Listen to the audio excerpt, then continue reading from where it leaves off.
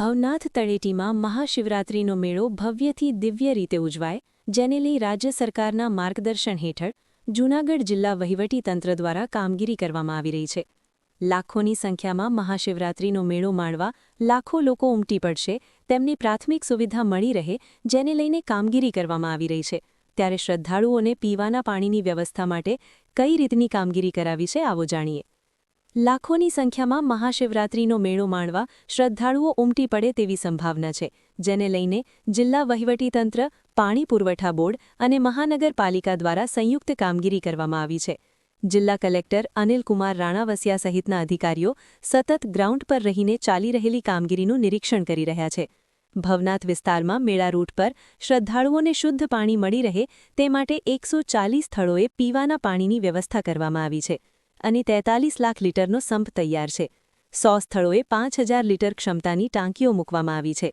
પેગોડાના 15 સ્થળો ઉપરાંત અન્ય 15 પોઈન્ટ પર હંગામી આરઓ પ્લાન્ટનું પીવાનું પાણી પૂરું પાડવામાં આવશે.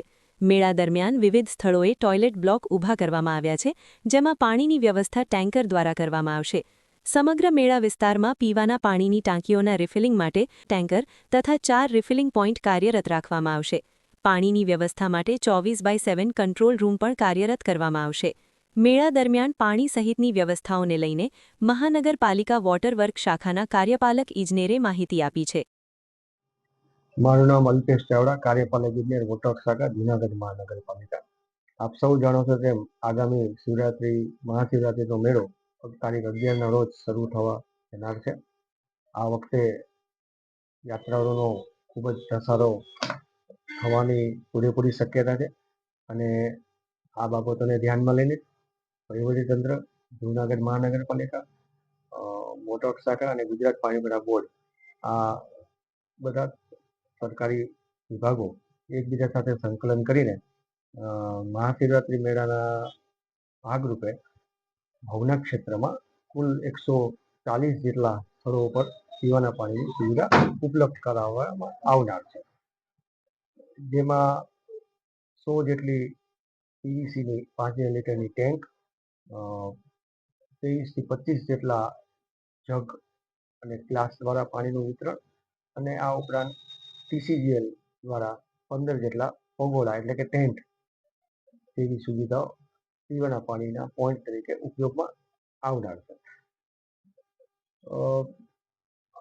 જૂનાગઢ મહાનગરપાલિકા દ્વારા હંગામી ધોરણે આરઓ પ્લાન્ટનું પણ આયોજન કરવામાં આવેલ છે.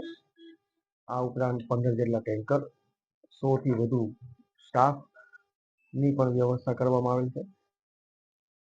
ભવનાથ ક્ષેત્રમાં બોર, કુવા અને આશ્રમોના પ્રાઇવેટ સ્ત્રોતોનું પણ ક્લોરિનેશન પણ કરવામાં આવનાર છે.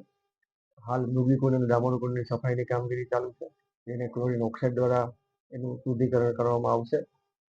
આમ આગામી દિવસોમાં શિવરાત્રિ મેળાના ધસારાને ધ્યાને લઈને પૂરેપૂરું વહીવટીતંત્ર, જૂનાગઢ મહાનગરપાલિકાનું તંત્ર યાત્રાઓને આવકારવા માટે અને આ મેળા દરમિયાન કોઈ ઉતારાઓ મંડળો અથવા તો યાત્રાળુઓને પીવાના પાણીના ક્ષેત્રે કોઈ પણ અસુવિધા ન થાય એનું પૂરેપૂરી તકેદારી રાખવામાં આવનાર છે.